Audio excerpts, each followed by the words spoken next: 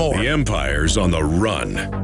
Alex Jones and the GCN Radio Network. PrisonPlanet.com. PrisonPlanet.com.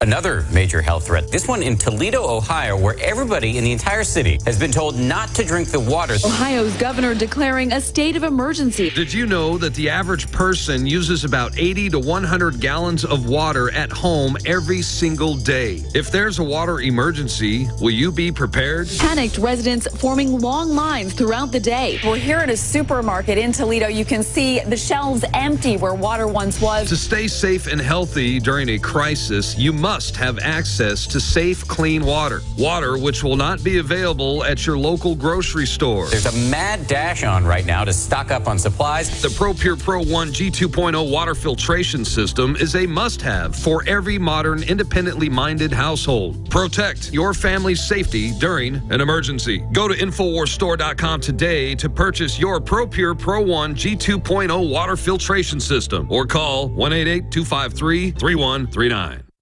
You've heard about the essential qualities of iodine when it comes to your well-being, and you've read the opinions of top experts regarding this good member of the halogen family. Still, reports indicate that iodine is absent in sufficient amounts from the daily lives of countless people worldwide. Now, our extra-strength new nascent iodine formula is here, Survival Shield X2, leading the way into the next generation of super high-quality nascent iodine. InfoWars Life Survival Shield X2 is derived from 200+ million-year-old salt solutions found more than 7,000 feet below the Earth's surface. The result is a unique nascent iodine that is both concentrated and free of unwanted additives, genetically modified ingredients, and completely vegan. We even pre-screen our Survival Shield X2 iodine for radiation. Pure, clean, and sourced from deep within the Earth, X2 nascent iodine is available exclusively at InfoWarsLife.com, InfoWarsStore.com, or call 1-888-253-3139.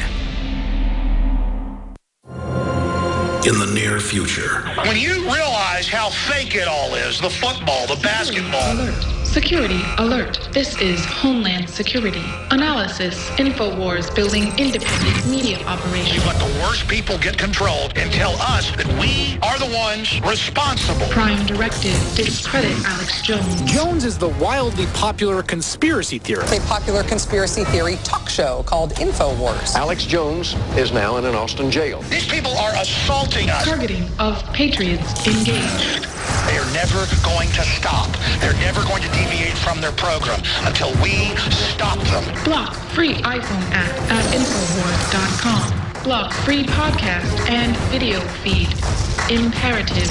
Destroy Prison Planet TV. You gotta set your eye on the enemy, not worry about what propaganda they put out. Intellectually, it's begun. You can feel it.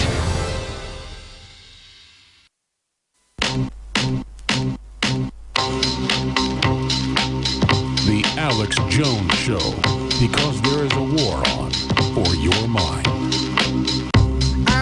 Well, we got some bad news, folks. Ebola has now hit Europe.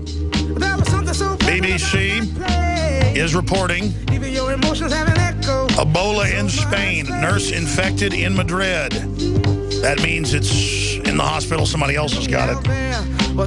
Spanish health worker becomes first Ebola patient to contract disease outside of Africa.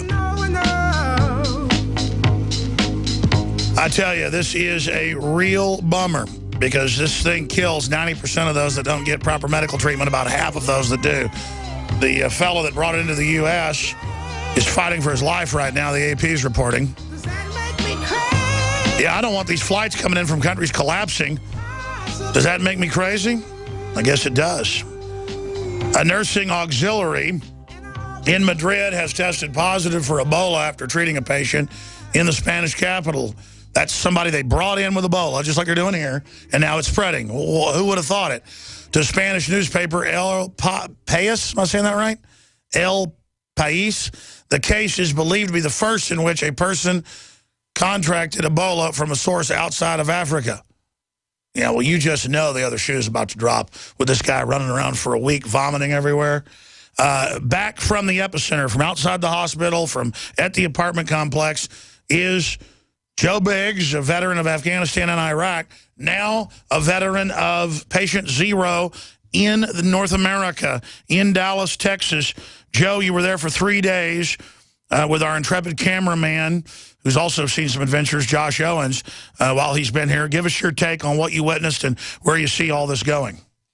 It doesn't look good. The CDC wants to tell you that everything's fine, but just that press conference that we went to shows the unprofessionalism that they have there in their ranks. The fact that I asked them, don't you think that we should be doing something about stopping the flights from West Africa coming in to America? And they laughed at me, and they thought that that was funny. I don't think that's a funny thing to joke about. By the way, we should take that video, even though it happened last Wednesday, and post it right now with the headline, CDC laughs at stopping flights from Africa.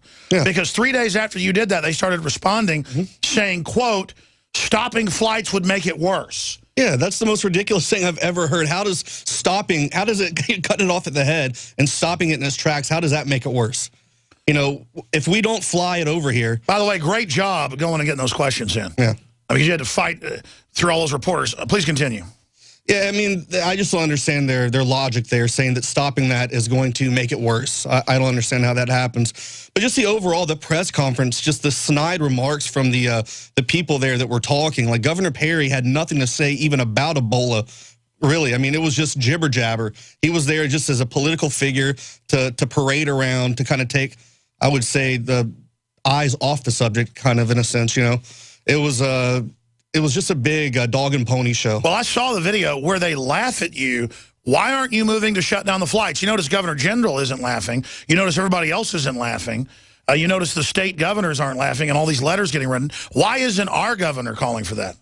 Yeah, I mean, and they were sitting there like, well, that's something that we can't do. I'm like, well, you know, you're the governor. You talk to the president. And regardless if anybody on this panel that's here today can do anything about it, every eye in America was watching. That's total buck passing. Yeah. It's just other countries shut down the flights, shut down the flights. Over a month ago. And what are they doing? Bringing them in. Like Spain did it, it's now spreading. Yeah. And then no one's going to get in trouble. What are they doing bringing Ebola victims into our countries? And then Governor Perry goes and says that Texas, the medical staff is the most well-equipped to handle this. Meanwhile, the person at the lowest tier level getting someone off the street doesn't even know to pass it up the chain that, hey, this guy just came in from Liberia. He's showing possible signs of, you know, the Ebola virus, and they sent him off with antibiotics. I mean, that shows if it happens at that low level and they're not giving that information and pushing it down to the first responders, we're all screwed. It's unbelievable. Remember a month and a half ago when we warned of this, the national media attacked us? They said we were crazy. They said that we were just conspiracy theorists out of our mind. And here it is. Well, notice how they laughed at you, though. Yeah. I mean, we go down to the city council and we say, we don't want the city of Austin to try to ban guns in the city limits. And they laugh at us when they're trying. Or we don't want fluoride. Here's Harvard study. It increases cancer, lowers IQ. They laugh at us. Hey, we don't want you flying Ebola people into the country. Ha, ha, ha. That's all they've got is ha, ha, ha. Ha, ha, ha. It's this smart mouth, swarmy attitude. ISIS isn't on its way. It's already here. Ebola isn't on its way. It's already here. Tyranny isn't on its way. It's already here. You know, this is crazy, the times we live in. And these are the people that are supposed to be doing something. Meanwhile, they're laughing, they're joking. They're not taking this serious. I think they have a huge ego problem. They're afraid to admit that this is something that can get out of control. Well, yeah, because Obama said there wasn't going to happen. There was no fear, no problem, not likely. And now they're just like, oh, it's no big deal. It's not going to spread. Everything's fine. Well, you know what's funny, though? They come out and say that these people who go to West Africa have the right to return. But meanwhile, we have Sergeant Tamorsi in Mexico. He doesn't have a right to return, and our government's not going to do anything for him. Well, this guy isn't even a citizen that flew in. Yeah. And it turned out he had Ebola, knew he had it, and came here. Everyone but citizens has rights in this country now. Yeah, that's true. We have nothing anymore. It's sad to say that we live in a time now in our own country where, as citizens, law-abiding citizens, we're now terrorists. But ISIS gets rocket launchers. Yeah, and they get free reign to go wherever they want. Illegals are paid, given bus tickets, and, you know, able to fly across the country without even any kind of identification whatsoever. I mean, like, it's like a Twilight Zone. Yeah. What about this AP headline? Militants, FBI says, may be working on plan to strike U.S. FBI director warns of Khorasan attack, says that it's an imminent attack in the U.S. When they blow stuff up, or if they do, or shoot up a school, you know they're going to say we got to turn our guns in or something, or it'll be Liberty's fault. MSNBC had a headline yesterday, Second Amendment NRA to blame for Ebola, with no reason or why. So Well, the Khorasan thing, too, though, was Obama's way of, because Obama, or was it a couple of years ago, said that we had already, you know, defeated al-Qaeda, basically. And, you know, we've already suppressed that. We're done with them. So now they're using a different name to kind of, so he can cover his own tracks in a sense. And he doesn't want to admit, once again, because of his ego, that he was wrong about that. And he's overestimated everything. So they're giving it a new name. So it doesn't look as bad. So we can't say that I made a mistake. This is cognitive dissonance, though, because they know the American people faced with something this monstrous. Open borders, government funding al-Qaeda, government bringing in Ebola, government bankrupting the pension funds, government just trying to push us over a cliff. They're trying to wreck the country. The people that run the country want to bring us down while using us to build their world government, that when that's ready, they're done with us. So they're getting us ready. That's why everything they do is to shut the country down. Do you get it, folks?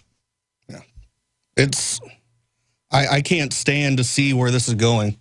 Like, every day I wake up and I have to read these headlines, and I'm just like, I can't believe this is real. Sometimes I pinch myself. I think I'm still dreaming. Well, here's some good news. The British military came out and told their parliament, stop funding radical Islamicists, and that the West is behind this. Our own Joint Chiefs, I know, have been telling Capitol Hill that. So there is some good news that even the military brass, who are very political, understand this has gotten out of control. I mean, this has gotten out of control.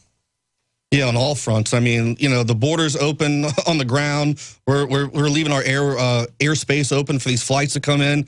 It's a complete and total planned event. What happens as 5 million people in Africa get it, as they're estimating, between 1.4 and 5, and they all try to flee here? We're just going to accept unlimited Ebola? Just come on in, but meanwhile, they got checkpoints on the highways? It's a joke. Yeah. I mean, you see how quickly that one person affects so many people. You know, you shake someone's hand, you talk to somebody, you know, you get some people that are close talkers and spit when they talk. One person can affect 100 people. So this is why I thought it was so unprofessional at that conference that they were laughing at questions like that. Laughing. This is not a joking matter whatsoever. Well, that's why everything's a joke. Abortion's a joke. Tyranny's a joke. Adulterated food's a joke. GMO's a joke. It's more than just a corrupt establishment. It's a bunch of trendies who literally have never been faced with anything in their lives, who just get paychecks and are lazy, and they think everything's funny, Joe. They don't know what the real world's like, I guess. Yeah, they're firing officers in the military. Meanwhile, they're bringing in all these illegals that come in to join and be in the military. They're bringing in these voters. It's one big stage thing. It's a bunch of lawyers and people looting the country. Yeah. This is a lawyer mindset of just screw everything up and then bill on both sides. It's disgusting to see this. It just, every day we go out here and we try to do what we can to tell people about this stuff, but there's so many people that just sit down and don't even pay attention. They won't wake up whatsoever. I just don't understand. With all this going on right now, this should be the largest awakening we should have right now in people with all this. Well, I'm not putting folks in the 20s and 30s on a pedestal, but I knew my grandfathers and grandmothers. They were hardworking, smart, cool people who didn't take any crap either. And they knew how to skin a buck, run a trot line. They knew how to do electrical. They knew how to make cheese. They knew how to can food. They enjoyed working. And then I think about how I am lazy and pathetic compared to them, and I'm super hardworking and know how to do a lot more stuff than the general public. So, but I can see the degeneration. I mean, my dad, you know, grew up on a farm and a ranch, so he knows how to do everything. I don't know how to do stuff my dad knows how to do. And I think about my kids, and my kids are great compared to a lot of kids, but they don't know how to do anything. Just because I'm so busy, you know. My dad taught me how to live off the land. His taught him to be a businessman, to quote Hank Williams Jr. Mm-hmm. And the only thing I got of the old timers is how to shoot and fight, and that's about it. And I look at all these skills lost. 7 million people, major university studies, starved to death or died of complications from bad nutrition in the 10 years of the Great Depression. 90% were rural, most of them self-sufficient. We're now 90% urban. Of the 10% that are rural, half are self-sufficient. We have a collapse. We have a depression. We have a major Ebola or smallpox outbreak or something like that. Can you imagine what all these yuppies and people that just know how to play with their iPhone and act cool all day? Can you imagine when hell hits the fan, what it's going to be like with these people? All I got to say is thank God I'm sitting on a pile of guns and food. Yeah, they're not ready for anything like that. I mean, like you said, most people don't have an attention span past the length of their arm, because all they do is stare at their phone all day, all night, nonstop. If it comes down to